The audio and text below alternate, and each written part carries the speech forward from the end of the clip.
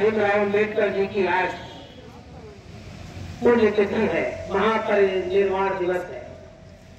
ऐसे महामानव के जन्मदिन के अवसर पर मैं बधाई देना चाहता हूं भारतीय किसान यूनियन कमेरा के सभी पदाधिकारियों को कि इन्होंने ऐसे दिन पर संकल्प लिया है और संकल्प दिलाया है सरकार से। इसके लिए पूरी कमेरा परिवार बधाई के पात्र है।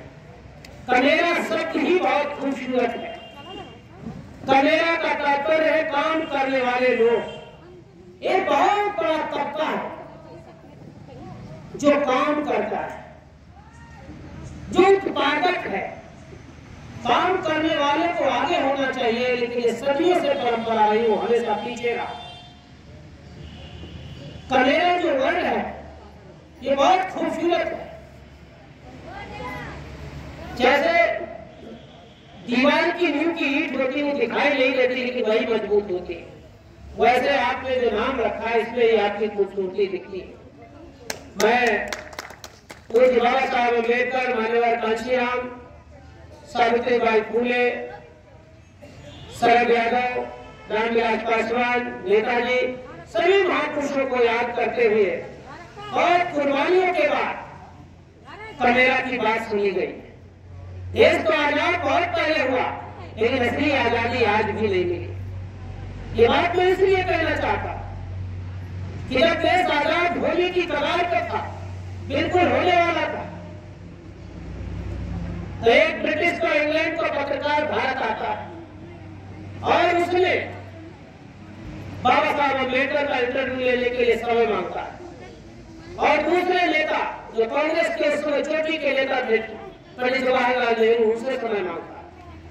तो पंडित जवाहरलाल नेहरू जी ने उनको समय 10 बजे का दिया कि आप 10 बजे आ जाए, और बाबा साहब अम्बेडकर ने उनको 11 बजे का समय दिया। और जो ब्रिटिश पत्रकार जो भारत आता है, तो हम पहले क्योंकि समय पंडित जी का था, तो वहाँ नेहरू जी के ऑफिस 9:30 बजे पहुंच गया। तो उनके दरबानों ने, गेट के लोगों ने कहा कि अब नेताजी सो गए, अब नहीं मुलाकात हो पाएगी, कल मॉर्निंग होगी, इंतजार करते रहे। दूसरी जगह जब बाबा साहब अम्बेडकर के यहाँ गए, तो क्योंकि नेहरू जी का इंटरव्यू नहीं हो पाया था, इसलिए जल्दी पहुंच गए। समय 11 बजे था, बल्कि 10:30 बजे पहुंच गए। तो जब वहां गए तो उन्होंने पूछा, अम्बेडकर साहब से मिलने के लिए लेट पहुंचे, तो उन्होंने कहा अम्बेडकर साहब बैठे रात के जग रहे थे, बात लेट पहुंचे थे बल्कि। तो उन्होंने कहा कि अम्बेडकर साहब से सवाल पूछा उस पत्रकार ने, कहा कि मैं नेहरू जी के यहाँ गए थे तो वो नहीं मिले, कह रहे थे सो गए, और आप तो इतनी रात में भी जग रहे।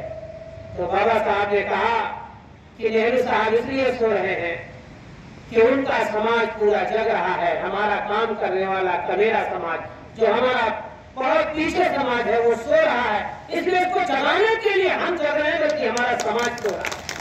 मेरा कहने का तात्पर्य है कि आप लोग जो जगाने की बीड़ा उठाए हो किसानों की समस्याओं को लेकर के, पिछड़े समाज की, दलित समाज की, तो जरूर देश 75 साल आजाद ये हो गए, लेकिन असली आजादी आज भी नहीं पहुंची।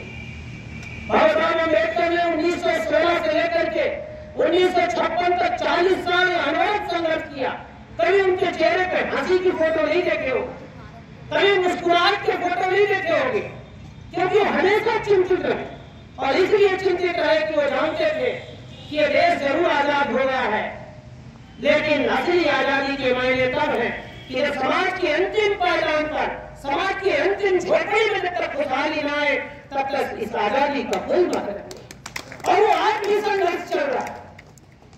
इसीलिए वो देश के शिल्पकार तो जरूर है, लेकिन भारत सरकार में पहले कानून मंत्री भी बनाए गए, लेकिन ज्यादा दिन वो कानून मंत्री नहीं रहे, वो इस्तीफा दे दिया, उनको बर्खास्त कर दिया गया। क्यों? क्योंकि वो आपके लिए लड़ाई लड़ रहे थे, वो आपकी बात करना चाहते थे। कह रहे थे देश की आजादी तो जरूर हो गई, लेकिन वास्तव में आजादी अभी तक नहीं मिली। यही लड़ाई आज भी चली आ रही।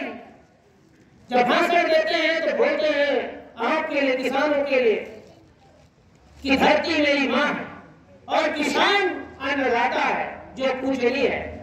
लेकिन आप वो नहीं भूल रहे होंगे कि जो सीधी गोली किसानों की छातियों पे मारी जा रही है, किसानों को रोकने के लिए बल्लम सड़क पे गाड़े गए थे।